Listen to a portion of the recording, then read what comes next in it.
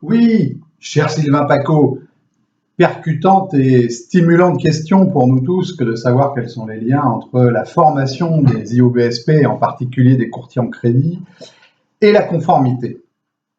On peut dire de façon assez simple que la conformité est très présente dans la formation des courtiers IOBSP, des IOBSP en général, mais qu'elle est aussi très insuffisante pour saisir tous les aspects essentiels à la conformité. Chacun le sait ici, la formation des courtiers IOBSP est régie par l'arrêté du 4 avril 2012 qui comprend dans son programme de formation 5 modules thématiques, essentiellement des modules tournés vers des techniques bancaires et en particulier des techniques de crédit, et un module de savoirs généraux, le module de tronc commun. C'est dans ce module de tronc commun qu'on va trouver les informations et les éléments essentiels pour comprendre les questions de conformité du courtier IOBSP. Et en particulier, dans le chapitre 5 de ce module de formation, les règles de bonne conduite du courtier IOBSP, il y aura là donc les aspects importants relatifs à la conformité. En premier lieu, la détection, la prévention et la gestion des conflits d'intérêts. Ce point est assez fondamental dans la formation, il est assez fondamental dans la conformité aussi. En relation, mais avec d'autres aspects ou levant d'autres questions, le point relatif à la rémunération du travail du courtier IOBSP, à ses frais, à la transparence et à la manière dont il présente cette rémunération à ses clients. On va trouver également dans la formation d'IOBSP des aspects relatifs à la commercialisation des contrats, notamment des contrats de crédit. Et bien sûr, il y a dans ce chapitre 5 de l'arrêté du 4 avril 2012 un point, un chapitre qui est ouvert sur la question essentielle et fondamentale du conseil en crédit. On y reviendra. Le conseil en crédit, c'est un point phare de la conformité et aussi du savoir du courtier IOBSP.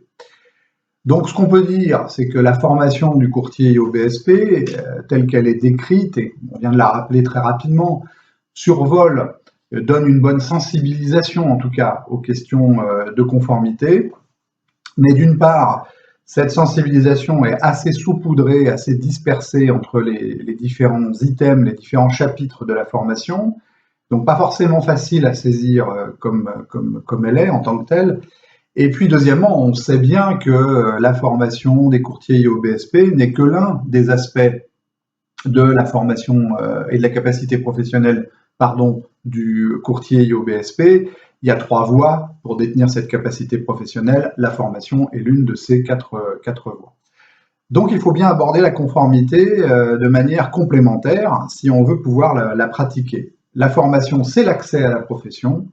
La conformité, c'est l'exercice et la manière d'exercer cette profession. Schématiquement, on peut décrire 4 chapitres à l'examen de la conformité du courtier IOBSP. Le premier serait justement celui de l'accès. Évidemment, ça va être le point de départ essentiel de l'exercice, pas d'exercice sans accès. Et dans cette question de l'accès à la profession, bien sûr, la formation elle-même sera un point extrêmement important, la capacité professionnelle d'une façon générale, le contrôle de cette formation, y compris avant la prise de fonction du courtier, mais aussi ensuite. Et puis, un point important qui est souvent négligé, c'est de bien regarder, du point de vue de la conformité, quelle est la situation des préposés du courtier, en particulier de ses salariés, mais également de ses mandataires. Parce que pour eux, les questions de formation et de capacité professionnelle s'appliquent aussi. Deuxième grand domaine de la conformité, c'est celui de l'ensemble des ensembles contractuels que le courtier IOBSP doit ou peut avoir avec son environnement. Donc les différents contrats et conventions, bien sûr les conventions bancaires qui doivent être respectueuses de la réglementation et présentes, même si le code ne dit pas grand-chose là-dessus, ça mériterait un développement en soi, mais également bien sûr le contrat de mandat, notamment le contrat de mandat de recherche de capitaux, qui est l'instrument de base de relation avec le client, et également une bonne protection face aux litiges ou aux contestations qui inévitablement pourrait se produire. Il est important de dire également que les courtiers sont de plus en plus organisés en réseau. Il y a des réseaux de courtiers en crédit, et l'organisation de ces réseaux passe par des supports contractuels qui sont des supports spécifiques. Le contrat de franchise est un exemple, mais ça n'est pas le seul. On va trouver également des contrats d'affiliation, de licence de marque ou de distribution bancaire. Peu importe, il est essentiel que l'ensemble contractuel, la technique contractuelle qui organise le réseau soit compatible avec les obligations de la réglementation, et ça c'est un point de conformité qui devient assez essentiel. Troisième chapitre en matière de conformité, celui de la présentation du courtier IOBSP. Les IOB ont fait de très grands progrès sur ce point-là, qui est régi par les articles du Code monétaire et financier, essentiellement R519-20, R519-24, R519-30 de ce code. Et il est essentiel que la présentation du courtier soit très détaillée dans l'environnement qu'on connaît, avec un développement des arnaques au crédit, avec une transformation assez radicale de la distribution bancaire qui peut laisser apparaître des possibilités nouvelles. Voilà, il est vraiment important que cette présentation soit faite de façon très rigoureuse et très précise, bien sûr. Un autre point important de la question de la présentation et des informations données au client avant d'entrer en relation avec lui, ou au moment de l'entrée en relation plus exactement, c'est la question des voies de recours, la question du traitement des réclamations, la question toute neuve de la médiation. Toute neuve ou presque, parce qu'en réalité, ces voies de recours sont des éléments essentiels pour instaurer la confiance avec les consommateurs et avec l'environnement. En tout cas, elles doivent être aujourd'hui mises en œuvre. Un bon système de traitement des réclamations, très clair, et puis la médiation de la consommation, ça c'est l'élément nouveau de 2015 et 2016. C'est l'article L151.1 du Code de la consommation, cette fois, qui prévoit la mise en place de cette médiation de la consommation. Dernier chapitre et quatrième schématique de la conformité du courtier IOBSP, c'est bien sûr tout ce qui touche à la vente elle-même cette fois, et en particulier aux obligations précontractuelles. On sait que classiquement, mais la littérature n'est pas d'une grande clarté à ce sujet-là, et puis il y a beaucoup de disputes juridiques qui embrouillent un peu les choses, mais si on veut les simplifier, il y a trois obligations précontractuelles, une obligation d'information, une obligation d'explication, on dit aussi de mise en garde, il y a des débats théoriques, mais elles sont incontestablement les mêmes, et puis une obligation de conseil ou un devoir de conseil en crédit.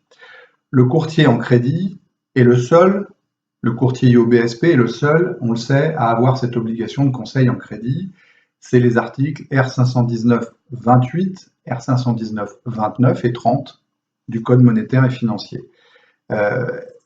Organiser ce devoir de conseil en crédit, le délivrer de façon effective, le tracer, le motiver, c'est un point extrêmement important des obligations du courtier. Non seulement on doit orienter le client vers une solution de crédit, mais on doit expliquer les raisons pour lesquelles on oriente ce client. Voilà des éléments qui sont essentiels.